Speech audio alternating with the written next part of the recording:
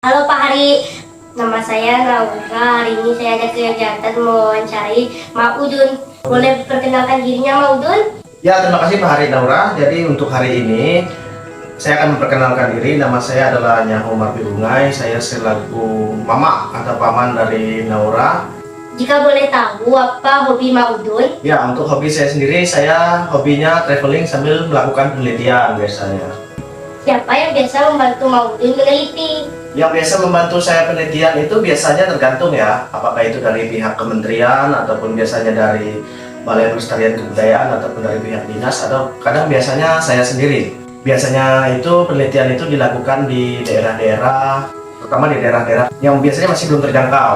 Oh, kalau boleh tahu, sejak kapan Mak Udun mulai melakukan penelitian itu?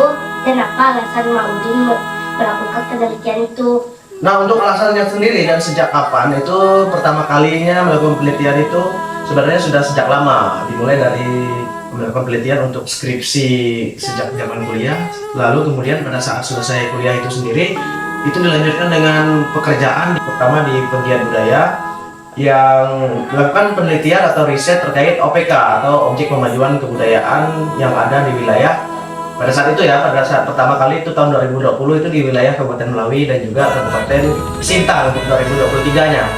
Dan untuk alasannya sendiri, saya lebih berfokus kepada hal-hal yang mungkin sudah mendekati kepunahan. Salah satunya contohnya adalah busana. Kenapa busana saya pilih? Karena seringkali masyarakat kita, terutama khususnya saya berfokus kepada suku Dayak Udanung yang tersebar di Kecamatan Serabaya dan Memaru, dan sebagian besar di wilayah Kalimantan Tengah. Untuk daerah konsentrasi terbesarnya memang di wilayah Kalimantan Tengah. Namun di wilayah Serabaya Memaru sendiri memang busana-busana aslinya mulai punah dikarenakan masyarakatnya lebih suka menggunakan baju-baju adat kreasi yang diciptakan oleh orang-orang luar yang notabene itu sebenarnya salah dan keliru, karena apa yang kita sering lihat di media massa, sering kita lihat di Instagram dan pokoknya media-media sosial itu baju adatnya seringkali itu keliru, karena itu hasil kreasi yang mencampur adukan berbagai macam baju adat dari suku-suku Dayak atau rumpun-rumpun Dayak, padahal baju adat Dayak itu beda-beda. Bahkan terkadang itu bukan baju adat Dayak tapi diakui baju adat Dayak. Contohnya seperti baju-baju yang menggunakan tengkorak-tengkorak monyet, tulang belulang hewan seperti babi hutan dan lain sebagainya. Itu sebenarnya bukan baju Dayak tapi sudah dikreasikan. Jadi hanya nampak seram, tetapi secara nilai estetis maupun nilai fungsional itu tidak ada. Karena bayangkan dengan baju seberat itu dikreasikan katanya baju Dayak. Bagaimana orang Dayak berburu di hutan dengan baju yang berat? Kan tidak mungkin begitu. Saya tahu kuncinya itu ada di generasi muda. Kalau generasi muda itu berhasil dicuci otaknya bahwa baju adat Dayak itu yang keliru, maka selamanya baju adat Dayak itu akan salah. Maka saya berinisiatif, kebetulan memang mendapat dukungan juga dari pekerjaan untuk melakukan penelitian terkait aksesoris, baju adat dan lain sebagainya. Sehingga saya mengangkat kembali baju adat Dayak Udanung, maksud saya rumpun Dayak Udanung, atau di Kalteng biasanya disebut juga Dayak Ngaju, yang bisa dikatakan sudah punah, seperti baju sokarut, cabai tenikau dengan aksesorisnya seperti tasaki atau tas sakaki. Nanti bisa saya juga lihatkan gambarnya.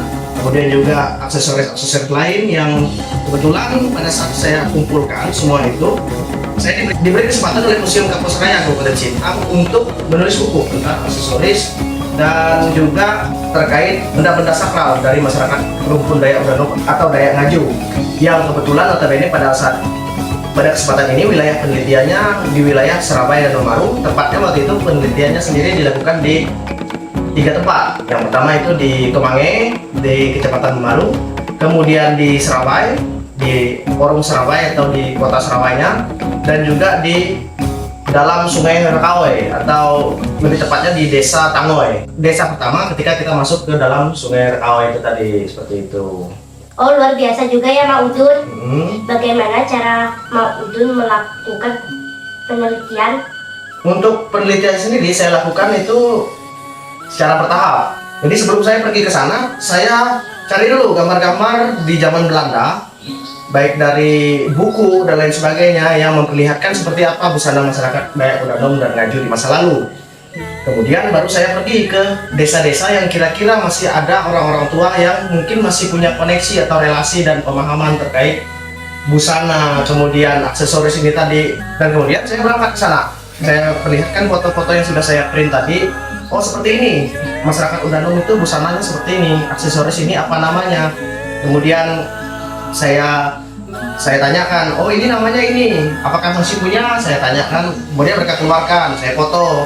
Setelah saya foto ternyata itulah bukti otentik bahwa memang aksesoris itu sudah ada di masa lalu. Hanya sayangnya memang tidak pernah dikeluarkan lagi karena memang di Kalimantan Barat sendiri terjadi distorsi masalah baju adat, dan memang itu membuat masyarakatnya seolah-olah baju adatnya jadi seragam, padahal tidak seperti itu. Masing-masing daerah itu punya keunikan masing-masing, salah satunya di busana gitu. Jadi untuk prosesnya kurang lebihnya seperti itu. Wow, informasinya sangat bermanfaat sekali ya Mak Udun. Oke Pak Hari sekalian, mungkin cukup sampai di sini dulu ya Pak Hari untuk hari ini. Selamat pagi, sampai selamat, tak tong tong.